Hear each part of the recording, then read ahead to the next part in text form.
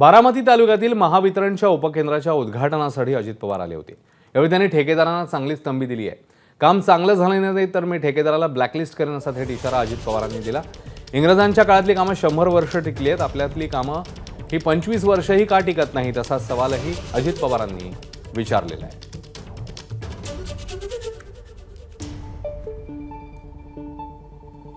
माझं म्हणणं ब्रिटिशांच्या काळात झालेली कामं 100 वर्ष टिकली आणि त्याच्या आयला आपली कामं 25 वर्ष टिकत नाहीत।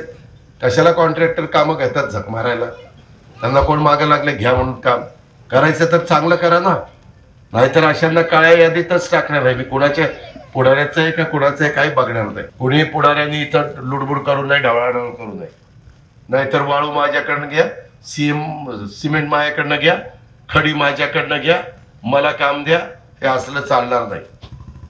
तुमच्यामध्ये रग असेल तर तुम्ही काम टेंडर भरा, काम घ्या, पण काम चांगलं झालं पाहिजे। मी तुला खरंच ब्लॅकलिस्टला टाकेल, काम मी बघायला येणार आहे। एबीपी माझा, उघडा डोळे बघा नीट।